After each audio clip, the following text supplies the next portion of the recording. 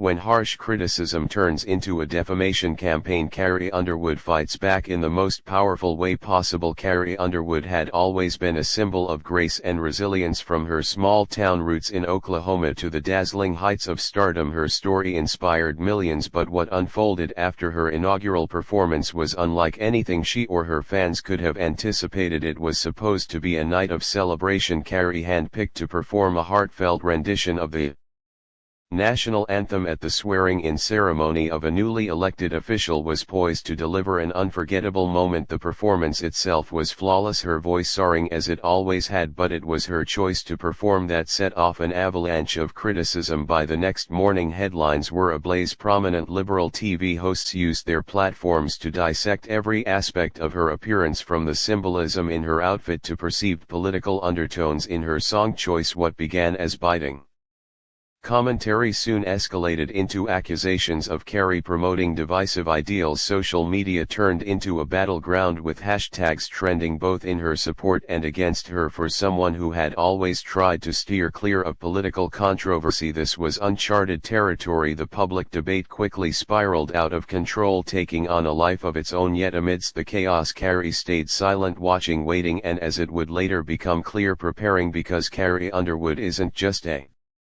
performer, she's a fighter, and what she was about to do would shock the nation. But this was only the beginning of a story that would challenge everything we think we know about freedom of speech, media accountability, and the personal cost of public criticism. The night of the performance was one of those rare moments where everything seemed to stop. Cameras zoomed in on Carrie Underwood as she stood on the grand stage in Washington, D.C., the Capitol gleaming behind her. She wore a simple yet elegant white dress, her signature blonde hair cascading over her shoulders. The air was heavy with anticipation as the first notes of the national anthem rang out. There was no denying the power in her voice. It wasn't just a song, it was a message, a unifying cry that seemed to resonate with the crowd gathered to witness history. But while many applauded her performance as heartfelt and pure, others saw it differently. The criticism started almost immediately. Some claimed her choice of dress carried political symbolism too stark, too deliberate. Others scrutinized the slight change she made to the arrangement, interpreting it as a veiled critique of the administration she performed for. One prominent TV host called it a calculated PR stunt, while another accused her of selling out her values for visibility. But what truly lit the firestorm was a widely shared clip from the event. In it, Carrie finished her performance and briefly exchanged a smile and handshake with the newly elected official. For her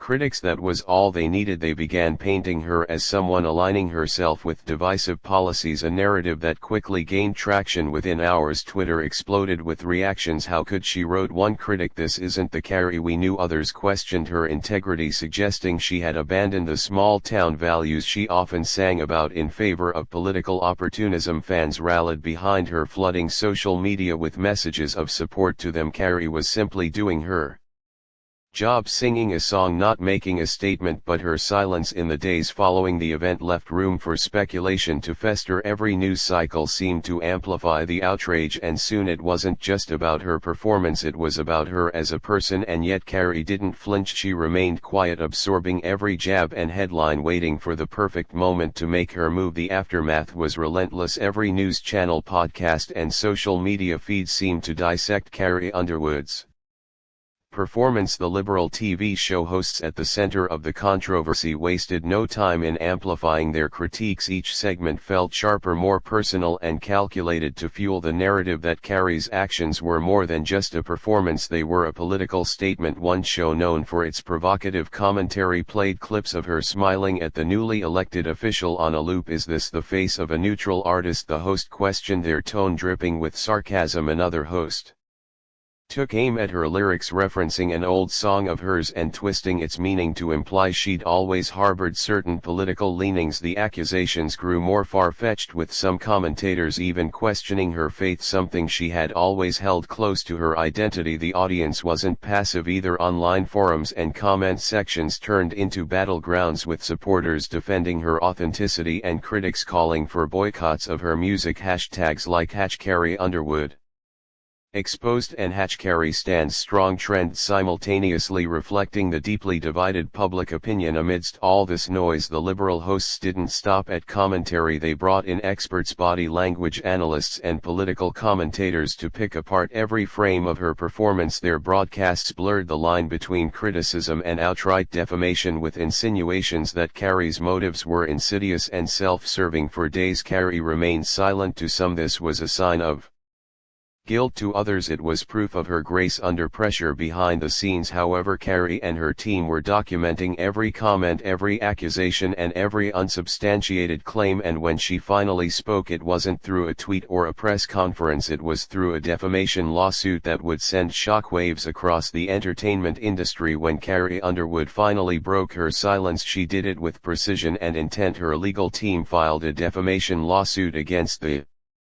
network hosting the liberal TV show, naming the prominent hosts individually. The suit alleged that their commentary had crossed the line from criticism into outright falsehoods, tarnishing her reputation and causing emotional and professional harm. The legal document was as detailed as it was damning. It outlined how the hosts' repeated insinuations of her supposed political leanings were baseless and defamatory. It also highlighted their deliberate misrepresentation of her handshake with the official and the way they amplified false narratives to drive ratings. Carrie's team cited specific segments where the hosts questioned her faith and personal values, accusing them of attempting to dismantle her character rather than critique her performance. News of the lawsuit spread like wildfire. The same networks that had criticized her now scrambled to cover the story, some of them toning down their rhetoric as they dissected the legal implications for Carrie's fans. It was a moment of vindication. Finally, one wrote on social media, "She's standing up for herself and showing them they can't just tear people down without consequences." But not everyone was in her corner. Critics claim the lawsuit was an attack on free speech, with some accusing Carrie of being unable to handle public criticism. The liberal hosts at the center of the lawsuit doubled down, stating that their commentary was protected by the First Amendment. One host even mocked the lawsuit on air, calling it a desperate attempt to silence the truth. Carrie, however, stayed firm. In a brief public statement, she expressed that the lawsuit wasn't about suppressing freedom of speech but about holding people accountable for crossing ethical boundaries. Words have power, she said, and with that power comes responsibility. As the case moved forward, the court of public opinion remained deeply divided. News anchors and commentators across the political spectrum debated whether Carrie's move was a bold stand for accountability or a chilling precedent for media freedom. And while the debate raged on outside the courtroom, inside the stage was set for a legal battle that promised to reveal far more than anyone had anticipated. The courtroom was packed with journalists, fans and curious spectators. When the trial began, the air was thick with anticipation as Carrie Underwood entered, her presence poised yet undeniably resolute. This wasn't the stage she was used to, but she carried herself with the same confidence that had propelled her to start them. The legal battle was far from straightforward. Carrie's lawyers opened with compelling evidence, playing clips from the TV segments in question. The words spoken by the liberal hosts weren't merely harsh critiques, they were laced with insinuations that painted Carrie as a hypocrite and a political operative. Each clip seemed more damning than the last, showing how the hosts had built a narrative that blurred the line between commentary and character assassination. The defense fired back, arguing that their commentary was protected under the First Amendment. They claimed their remarks were opinions based on public actions, not statements of fact. "We have the right to criticize public figures," one of their attorneys declared. Carrie Underwood is no exception, but Carrie's team was prepared. They introduced emails from producers of the show leaked during discovery, which revealed discussions about pushing the narrative to increase ratings. The messages included directives to frame Carrie's performance as politically charged regardless of her actual intentions. The courtroom buzzed as these revelations unfolded, with murmurs rippling through the audience. Then came Carrie's turn to testify. She spoke with quiet determination, recounting the emotional toll of being vilified in the media. "I've spent my entire career trying to bring people together through music," she said, "but these false accusations have tried to define me in ways that aren't true and have hurt not just me but my family." Her voice cracked slightly as she described the impact on her children, who couldn't understand why their mother was being attacked on television. The most dramatic moment came when Carrie's lawyer presented the final piece of evidence, a secretly recorded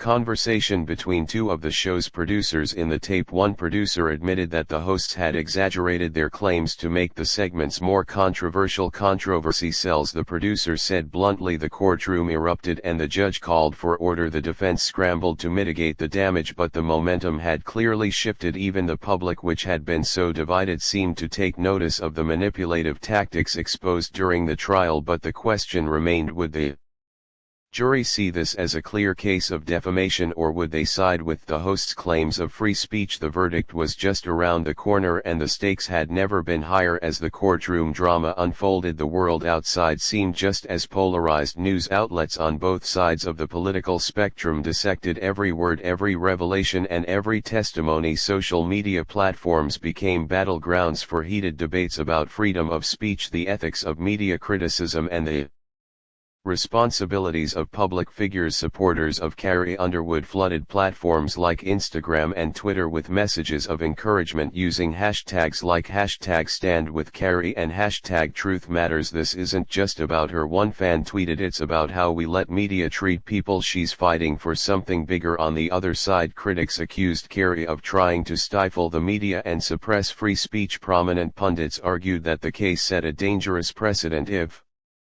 public figures can sue over harsh criticism. One commentator stated, "Where does it end? This could silence the press." But it wasn't just about Carrie anymore. The leaked emails and recorded conversation had sparked a much larger conversation about the ethics of sensationalism in media. Panels of journalists debated the line between fair commentary and targeted defamation. Public figures came forward to share their own experiences of being misrepresented, further fueling the discourse in coffee shops and offices. The average American weighed in. Some sympathized with Carrie, recognizing the toll of such public scrutiny. Others worried about the implications of holding media outlets legally accountable for their opinions. The nation was gripped by the case, not just for the drama but for what it revealed about the ever-blurring boundaries of media truth and accountability. Despite the noise, Carrie stayed quiet, appearing calm and focused during her courtroom appearances. She let the evidence speak for itself, refusing to engage in the public tit-for-tat. Her restraint only added to the intrigue surrounding the trial, leaving everyone guessing how it would end. The final arguments loomed, and as the trial neared its conclusion, the spotlight shifted back to the courtroom, where the fate of this extraordinary battle would soon be decided. The courtroom was silent as the jury returned with their decision. The four persons stood, the weight of the moment evident in every measured word. "We find in favor of the plaintiff, Carrie Underwood." The words landed like a seismic shift. Carrie's face remained composed, but the subtle rise of her shoulders betrayed the enormous weight she'd been carrying. The verdict was a resounding victory. The jury had determined that the hosts and their network had indeed crossed the line, defaming Carrie with reckless disregard for the truth. Damages were awarded in the millions, not just as compensation but as a statement about accountability in media practices. The public reaction was swift and loud. Supporters of Carrie celebrated the verdict as a triumph for fairness and integrity. "This isn't about silencing criticism," one fan posted. "It's about drawing a line when that criticism becomes harmful lies." Others viewed it as a much-needed reckoning for sensationalist media, applauding Carrie for taking a stand not just for herself but for everyone who's ever been wrongfully dragged through the mud by headlines. On the other hand, critics decried the decision as a chilling blow to free speech. Opinion pieces questioned what this would mean for journalists, especially those who comment on public figures. Some of the accused hosts remained defiant, stating they would appeal, but their reputations had already taken a serious hit. For Carrie, the victory was bittersweet. In an emotional statement outside the courthouse, she thanked her fans for standing by her. "This was never about silencing anyone," she said, her voice steady despite the clear emotion in her eyes. "It was about truth. Words matter and they have real consequences. I hope this reminds everyone in the media to choose them wisely." She spoke about the toll the trial had taken, not just on her but on her family. She admitted there were moments she wanted to walk away to let the storm pass, but she stayed the course, driven by a belief that the fight was bigger than her. "This wasn't just about clearing my name," she said. "It was about reminding all of us that accountability matters, no matter how powerful the platform." In the months that followed, the case left a lasting imprint. Media organizations re-evaluated their editorial practices, cautious of the lines they were now hesitant to cross. For fans and viewers alike, the trial served as a reminder of the humanity behind the headlines, urging a shift toward more thoughtful and ethical discourse. Carrie's battle had been hard-fought, but it left an undeniable message: standing up for yourself, even in the face of overwhelming criticism, can lead to meaningful change. Carrie Underwood's journey wasn't just about winning a legal battle, it was about reclaiming dignity and truth in a world that often sacrifices them for the sake of controversy. Her story is a reminder that while public figures are under constant scrutiny, they are still human beings deserving of respect and fairness. This case also underscores a deeper truth for all of us: words have power, whether spoken on national television, typed out in a tweet, or shared in a private conversation. The things we say carry weight. They can build someone up or tear them down, sometimes with consequences we can't predict. Carrie's fight challenges us to be more thoughtful in how we engage with others, especially in a time when it's easier than ever to spread opinions without considering their impact. It's a call to hold media and ourselves accountable for the narratives we create and consume. As we reflect on Carrie's resilience, let's remember the importance of standing up for what's right, even when the odds feel insurmountable. Whether it's protecting your reputation, defending your values, or seeking justice, staying true to yourself is always worth it. And if her story moved you, inspired you, or made you think differently, consider joining the conversation. Subscribe to our channel for more stories that challenge the norm, spark important discussions, and remind us of the power of truth. Let's keep this dialogue going. Together we can make a difference, because in the end it's not just about what happens to Carrie, it's about what we learn from it.